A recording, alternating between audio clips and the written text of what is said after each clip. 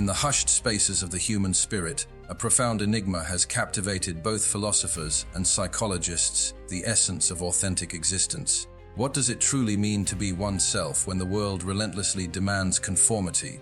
It's astonishing, isn't it? Most people will journey through their entire lives without ever answering that question. They'll awaken, don their masks, go through the motions, and call it living. Yet, deep within, there's a subtle ache, a feeling that something is amiss. It's not broken, just buried. And it's not that you lack strength, it's that the world taught you to doubt it, to trade authenticity for acceptance, to remain silent simply to maintain peace. But here's a truth no one tells you. Your greatest power isn't something you discover externally. It's something you unearth internally. The Stoics held a belief that peace isn't found in altering the world, but in mastering your response to it. True strength doesn't shout, it stands still. Stoicism isn't about being emotionless, it's about being unshakable. And in an era where everything is loud, performative, and hollow, the individual who chooses to live in alignment with their truth becomes a rare force. Quiet, resolute, magnetic. This video isn't about superficial motivation or the fake it till you make it mentality. It's about remembering what life often tries to make you forget: that you were never powerless, you were simply distracted. If what we're building here resonates deeply with you, if it reminds you of something you've always known but perhaps stopped trusting, then there's one small, free favor I'd ask: hit that subscribe button. It helps us expand this space, this community of individuals who are finished with pretense and ready to live with clarity, courage, and timeless power.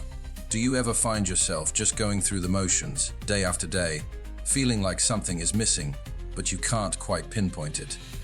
Like life has become so loud, so crowded, so scripted that you're unsure where you fit in amidst it all. There are work obligations, people expecting you to be one way or another, and somewhere along the line, you began living from the outside in, shaped more by pressure than by purpose. Let's slow things down. Not just your pace, but your perception. Because beneath all the layers, the roles you play, the masks you wear, and the opinions you swallow, there's a person you might not have encountered in a long time. And I'm not referring to the version you present to the world. I'm talking about the version that exists when no one is watching, the one who doesn't need validation to breathe, the one who still remembers what it feels like to be whole. Here's a core Stoic belief: man conquers the world by conquering himself. That wisdom from Zeno, the founder of Stoicism, still holds true, because real strength doesn't begin in the gym or on a stage. It starts in the mind. It begins when you stop trying to be impressive and start being honest. You can't fix what you haven't faced, and you can't face what you've never acknowledged. Aristotle once stated, "Knowing yourself is the beginning of all wisdom." Yet, it's the one thing most people never slow down enough to do. Why? Because silence is uncomfortable, and being alone with your thoughts can feel like gazing into a mirror that doesn't lie. But that mirror, it's the genesis of your power. The world will always try to dictate who you should be, often loudly. Your job demands efficiency, your social circle desires familiarity, and social media craves perfection. And every time you adapt without checking in with yourself, you drift further from your center. You become, as Carl Jung once described, a persona, a mask for the collective. Jung warned that the more we identify with this persona, the more we lose touch with our authentic self. Without that authentic self, we're merely performing. But here's the crucial point: you weren't born to perform. You were born to live awake, aligned, and aware. That only happens when you start tuning in instead of tuning out. And I understand life doesn't make it easy. Everything is designed to distract you. But power begins when you quiet the noise, not forever, but long enough to hear yourself again. Start with just 15 minutes. No phone, no background noise, just a blank page and a pen. Don't overthink it. You're not writing for anyone but yourself. Ask questions that truly matter. What am I pretending not to feel? What part of me have I ignored to fit in? What would my life look like if I stopped apologizing for being me? For Socrates once declared, "The unexamined life is not worth living." This isn't a threat, it's a wake-up call. If you never ask who you truly are, you'll end up living someone else's story. You'll spend years climbing a ladder only to realize it was leaning against the wrong wall. But when you start observing instead of performing, something shifts. You notice what energizes you and what drains you. You recognize the lies you've believed. I'm not enough. I have to earn love. I need to keep people happy to be safe. And once you see those stories, you get to rewrite them. That's the power of awareness. It doesn't just heal, it transforms. Plato once said, "The first and best victory is to conquer self." That's both the challenge and the reward. Because self-awareness isn't a self-help cliché, it's the root of discipline, the start of inner peace, the reason you stop breaking your own heart and start building your real life. You know those moments when a small comment hits you profoundly, or a situation unfolds that feels strangely familiar, like you've experienced it before with different people and details. That's not random or mere bad luck. It's a sign, a pattern, a reflection. There's a part of you you've likely tried to keep hidden. The part that feels too much or not enough. The insecure part, the jealous part. The part that still aches from something that happened years ago, even if you've buried it under distractions, achievements, or smiles. Carl Jung named this hidden space the shadow. It's not a spooky psychological concept. It's real, active, and influencing your life more than you might imagine. The Stoics advocated for fully facing the self, not just the polished aspects we present to the world, but the uncomfortable, messy parts too. Marcus Aurelius wrote, "You have power over your mind, not outside events. Realize this, and you will find strength." This includes the parts of your mind you'd prefer not to see. Because here's the truth: what you avoid doesn't disappear, it grows, and eventually, it leaks out through anger, self-doubt, self-sabotage, and overreactions. Consider it this way: if rejection constantly triggers you, it might not be about the other person. It might be about an old wound that was never acknowledged. If you perpetually feel inadequate, no matter what you accomplish, perhaps you've been seeking external validation instead of providing yourself with internal affirmation. These patterns don't just happen to us, they originate from us. And once you grasp that, you stop blaming the world and start reclaiming your power. Now, here's where it shifts. The shadow isn't the enemy, it's a teacher. It's not trying to destroy you, it's trying to show you where you've been living in fear. Jung stated, "One does not become enlightened by imagining figures of light, but by making the darkness conscious." Facing your shadow isn't about becoming someone else, it's about becoming whole. Let's say you always feel unappreciated. You go to great lengths for people, yet still end up feeling invisible. That's not weakness. That's a signal, a call to pause and ask, why do I need others to validate me to feel okay? Where did I learn that? Perhaps the real work isn't about getting others to recognize your worth, but learning to see it yourself, even in silence. Plato once said, "The worst form of injustice is pretended justice." And pretending you're okay, pretending you've moved on, pretending you're not still hurting, that's a form of self-injustice, because healing cannot occur where honesty is absent. So what can you do? Start small. Choose one emotion that repeatedly surfaces. Jealousy, guilt, fear, resentment. Don't judge it. Sit with it, name it, ask it what it's trying to tell you. That's not weakness, that's courage. Most people spend their entire lives running from what they feel. But when you sit with it, listen to it, learn from it, you break the cycle. Socrates said, "To know thyself is the beginning of wisdom," and knowing your shadow is part of that. It's the difference between reacting blindly and responding with clarity, between projecting pain and processing it. This isn't about fixing yourself, you're not broken. It's about reclaiming yourself, about realizing that every part of you, even the ones you were told to hide, has something valuable to say. So, the next time something strikes a nerve, don't just brush it off. Don't gaslight yourself. Ask, where is this truly coming from? What have I been avoiding? What truth have I been too scared to face? Because when you confront your fears with honesty, they lose their grip. You stop being a puppet to your past and start becoming the architect of your future. And that's where your real strength begins, not in perfection, not in denial, but in radical self-awareness and the courage to own all of who you are, even the parts you were once afraid of. Have you ever noticed how readily we trust maps, data, and instructions, everything external to us, without hesitation? Yet, when it comes to trusting ourselves, we freeze, second-guess, and dismiss that subtle nudge in our gut as nonsense. It's remarkable, because more often than not, that quiet inner voice is right. You see, we've been conditioned to believe that logic always triumphs over feeling, that if you can't explain it, it must not be real. But intuition isn't fluff or some mystical magic. It's ancient, deep, and it's your internal signal system, built from experience, memory, emotional patterns, and subconscious learning. It's your personal compass, not the one sold to you externally, but the one embedded in your very being.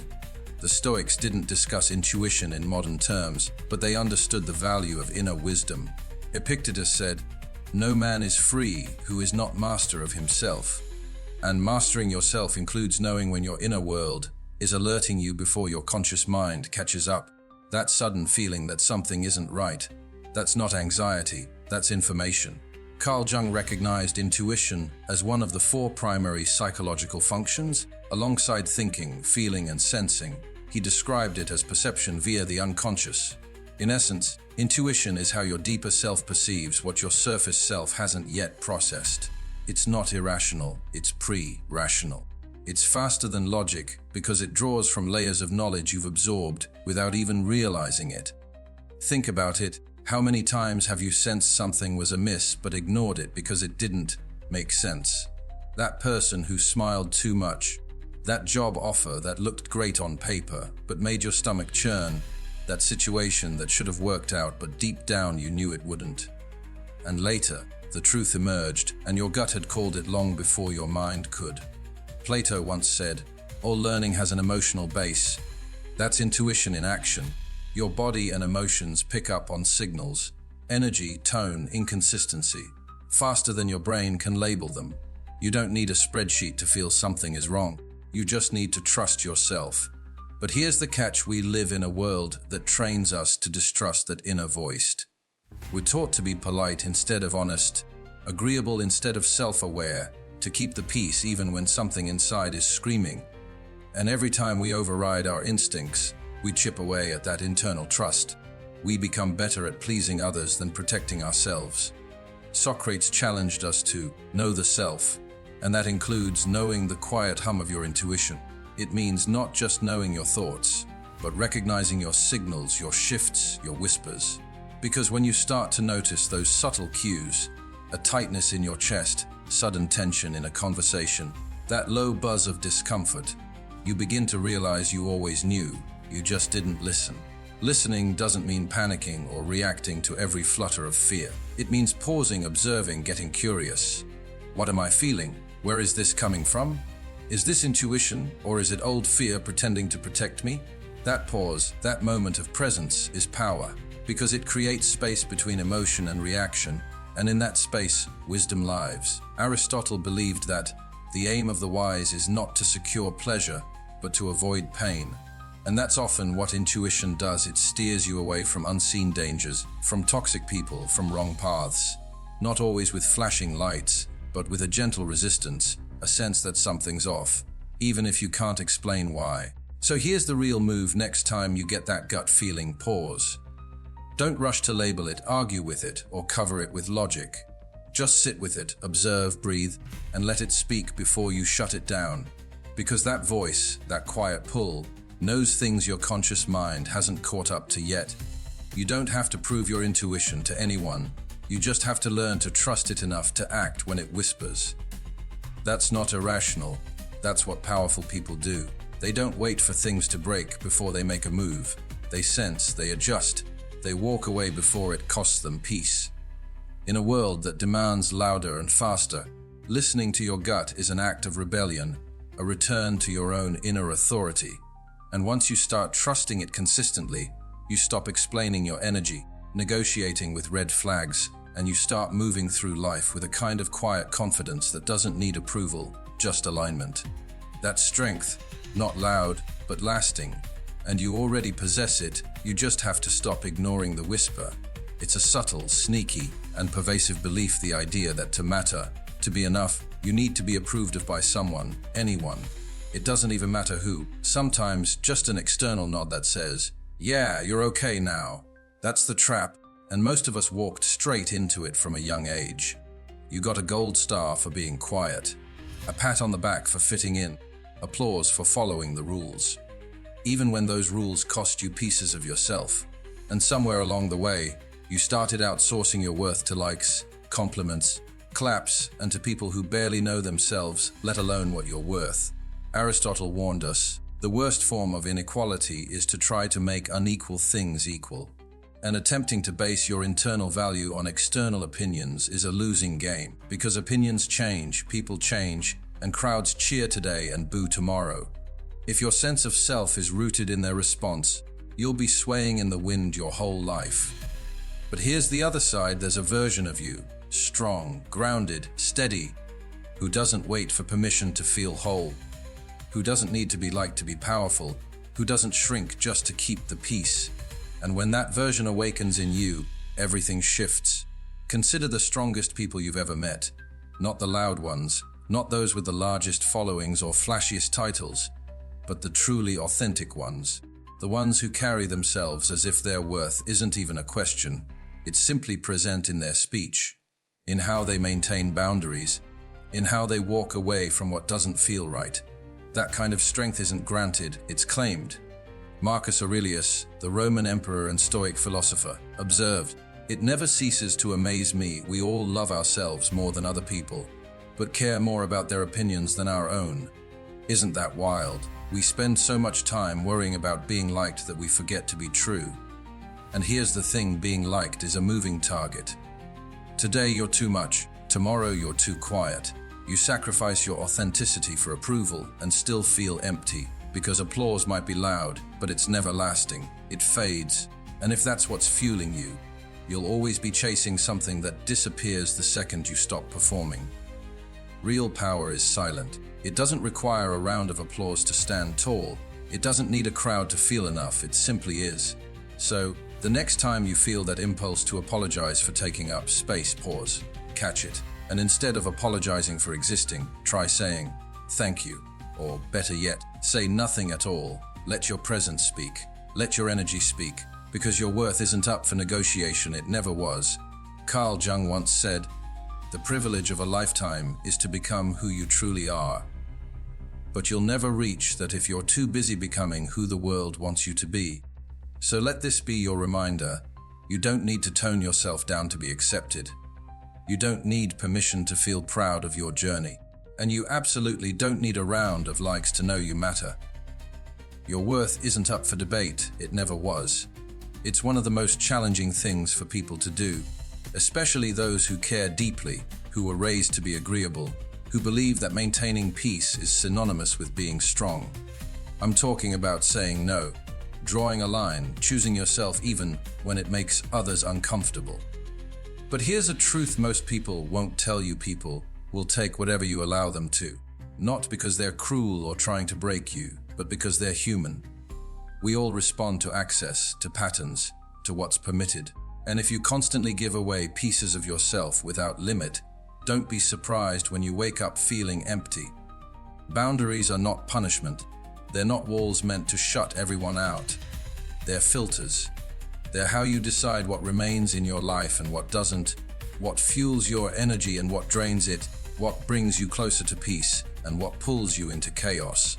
Think of them as spiritual bouncers, guarding your time, your attention, your emotional space. The Stoics indirectly addressed this through the concept of control. Epictetus said, "We cannot choose our external circumstances, but we can always choose how we respond to them." And one of the most powerful ways to respond is by choosing what not to allow. That's the core purpose of boundaries, not to control other people, but to stay in control of yourself. Have you ever noticed how drained you feel after agreeing to something you didn't want to do? That's not just emotional exhaustion, it's energetic debt. Every time you override your own needs to accommodate someone else, you pay with your peace. And over time, that kind of debt compounds. It manifests as resentment, burnout, anxiety, and disconnection from yourself. But something incredible happens when you start saying no without explaining, without guilt-tripping yourself. When you stop attaching a 10-minute apology to your boundaries, people begin to feel it. They might not like it at first, especially if they benefited from your lack of limits, but they will respect it. More importantly, you'll respect it. Aristotle once said, The more you know you don't know. And when it comes to relationships, one of the greatest signs of wisdom is knowing where you end and someone else begins. Boundaries make that clear. They define what's yours to carry and what never was. Carl Jung spoke about individuation, the process of becoming whole. And part of that wholeness is reclaiming the parts of yourself you gave away to please others, your time, your peace, your silence, your space. Jung believed we project our own boundaries, or lack thereof, onto the world. And when we don't own them consciously, they show up unconsciously, usually in the form of broken relationships or emotional burnout. So here's a challenge this week: say no to something, big or small. Say no without a lengthy explanation, without guilt, without asking for permission. Then sit in the discomfort, let it pass, and notice what remains you, more grounded, more honest, more in control. Because protecting your peace isn't selfish, it's strategic. And it's not rude, it's required. You can't pour into others if you're constantly leaking. You can't lead a life of meaning if you're constantly managing everyone else's expectations.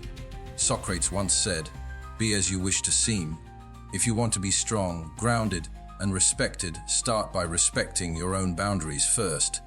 Let them feel your no. Let them learn your limits. And let yourself feel what it's like to finally choose you. Letting go sounds simple, but in reality, it's one of the hardest things we'll ever do. Not because we don't recognize that something needs to end, but because we've wrapped our identity around it. The job that drains you, the friendship that only flows one way, the habit that keeps you in cycles of regret, even old versions of yourself, the ones that once kept you safe but now keep you small. We cling on not because it fits, but because it's familiar. But here's a truth most people avoid: not everything broken needs fixing. Some things aren't meant to be repaired, they're meant to be released. And the sooner you realize that, the more energy you free up to live, to grow, to become. The Stoics were ruthless about this. Marcus Aurelius said, "Ask yourself at every moment, is this necessary?" That includes your attachments. If something takes more than it gives, if it costs you peace, self-respect, sleep, or clarity, it's not helping you evolve, it's holding you back. And no amount of justifying, explaining, or waiting it out will change that. Carl Jung once wrote, "We cannot live the afternoon of life according to the program of life's morning." In other words, the strategies, roles, and relationships that once served you may no longer serve the person you're becoming. Growth requires shedding, and sometimes what needs to be shed is sacred to who you used to be. But that's the paradox: letting go often feels like death, like something within you is being ripped away. And in a sense, it is. Yet you're not losing something, you're releasing what was already gone. What you were clinging to was the memory, the idea, the illusion. You weren't holding a person or a path, you were holding a ghost. And ghosts can't nourish the living. Real power is knowing when to quit, not because you've given up, but because you've woken up. You've stopped trying to force something to make sense that no longer does. You've realized that choosing peace over persistence isn't failure, it's freedom. Socrates said, "The secret of change is to focus all of your energy not on fighting the old, but on building the new." That's the key. When you stop fighting to fix what's no longer yours, you begin building what is a life rooted in clarity, not confusion, in truth, not nostalgia, in love, not fear. So, ask yourself honestly, gently, what am I still holding onto out of fear, not love? Maybe it's a role you've outgrown, a relationship that's run its course, a version of yourself you no longer recognize. And then take a step, not a dramatic exit or a sudden cutoff, just one small, symbolic release. Write it down and burn it. Speak it aloud in solitude. Cancel that plan you never wanted to make in the first place. Because when you start releasing the dead weight, something incredible happens. You breathe deeper, you feel lighter. You realize you were never stuck. You were just surrounded by things that no longer matched your energy. Plato once wrote, "The beginning is the most important part of the work." And sometimes beginnings don't start with action, they start with subtraction, with removing what no longer fits so the truth of who you are has room to rise. Letting go doesn't make you weak. It means you finally decided to stop settling. And that decision, that's the real beginning of your power. It's quietly tragic, isn't it? spending your entire life trying to be what everyone else finds acceptable, only to look back and realize you never actually got to be yourself. And the wild part is, most people do it, not because they want to, but because the fear of judgment feels heavier than the weight of regret. So they shrink, they edit, they water themselves down just to remain invisible in plain sight. But here's the truth: you weren't put on this planet to blend in. You weren't born to be just another echo in the crowd. You came here to bring something specific, something unrepeatable. And the more you deny it, the more drained you feel. Not because you're failing, but because you're hiding. Socrates once said, "To find yourself, think for yourself." Simple, brutal, necessary. Because when you outsource your identity to trends, expectations, or approval, you trade authenticity for comfort. And comfort may keep you safe, but it will never make you whole. Pretending is exhausting. It's a slow leak of energy that leaves you tired, no matter how much rest you get. Because wearing a mask, especially for long stretches of your life, requires constant monitoring and constant adjusting. And deep down, you start to wonder, would people even like the real me if they met them? Here's the twist: your truth is magnetic. No, not everyone will like it, and that's precisely the point. Your authenticity isn't meant for mass appeal.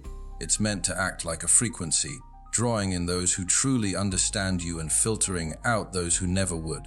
You're not here to be universally accepted. You're here to be unmistakably you. Carl Jung wrote, "The privilege of a lifetime is to become who you truly are, not who you're told to be, not who you think people want, but who you actually are." And here's the wild part: when you step into that version, when you stop explaining, editing, or softening your edges just to fit in, life begins to align. Opportunities find you, real connections emerge, and you stop chasing and start attracting. You don't have to be loud to be real. You don't need to shout to be seen. You just need to be consistent. Say what you mean, stand by it, live as if you are the one who has to live with your choices, because you are. And when that inner alignment happens, it changes the way you walk, talk, and move through the world. Plato once said, "The measure of a man is what he does with power." But before you use your power, you've got to own it. And you can't own what you keep hiding. So here's your challenge: post something this week that's 100% you. Wear the outfit you love, even if it feels too much. Say what you've been biting your tongue on, even if your voice shakes. Not because you need to make a scene, but because it's time to stop ghosting your own life. You're not here to be tolerated, you're here to be true. And that version of you, the one who doesn't flinch when they're being real, that's the version the world needs most. Let's be honest, life doesn't hold back its punches. Everyone has been knocked down at some point. Maybe it was betrayal that made you question trust, or loss that hollowed out your sense of safety, or failure that hit harder than anyone expected, including yourself. But here's what most people overlook: pain doesn't have to be the end of your story. Sometimes, it's just the part where the real story begins. You've heard the phrase, "What doesn't kill you makes you stronger." But that's only true if you choose to let it strengthen you. Not everyone who breaks down gets back up wiser. Some remain stuck. Others, however, rise, not by avoiding pain, but by transforming it, by turning it into fuel, by choosing to let the fire temper them instead of destroy them. The Stoics had a term for this kind of transformation, amor fati, which means love of fate. It signifies loving everything that happens to you, not just the victories, but the trials too. Marcus Aurelius said, "The impediment to action advances action. What stands in the way becomes the way." In other words, the obstacle isn't a detour, it is the path. Carl Jung echoed this when he wrote, "There is no coming to consciousness without pain." He understood that suffering has a purpose, that it pushes us to confront the parts of ourselves we'd otherwise ignore. The wound becomes the doorway, the scar becomes the map. Think of some of the strongest people you know, not just in terms of toughness, but in wisdom, self-awareness, and groundedness. They didn't achieve that by dodging pain. They achieved it by sitting with it, learning from it, integrating it. They didn't just go through hard things, they grew through them. Pain, when you allow it, refines you. It sharpens your insight. It strengthens your boundaries, clarifies your voice, and makes your choices more intentional. It teaches you what truly matters, What's worth your time, who's worth your energy, and what you'll never settle for again. Socrates once said, "The soul is dyed the color of its thoughts." And in moments of suffering, those thoughts become amplified. You get to decide, will this make me bitter or better? Will I close off, or will I rise more open, more focused, more free? Here's something powerful to do. Reflect on a moment in your past that brought you to your knees, a moment that cracked you open. Now ask yourself, not from a place of blame, but from clarity, what did that pain teach me? How did it change the way I move in this world? Because there's a lesson in every scar, not to keep you stuck, but to remind you, this is what you've lived through, this is what you've survived, and this is the shape it carved in you, not to weaken you, but to prepare you for what's next.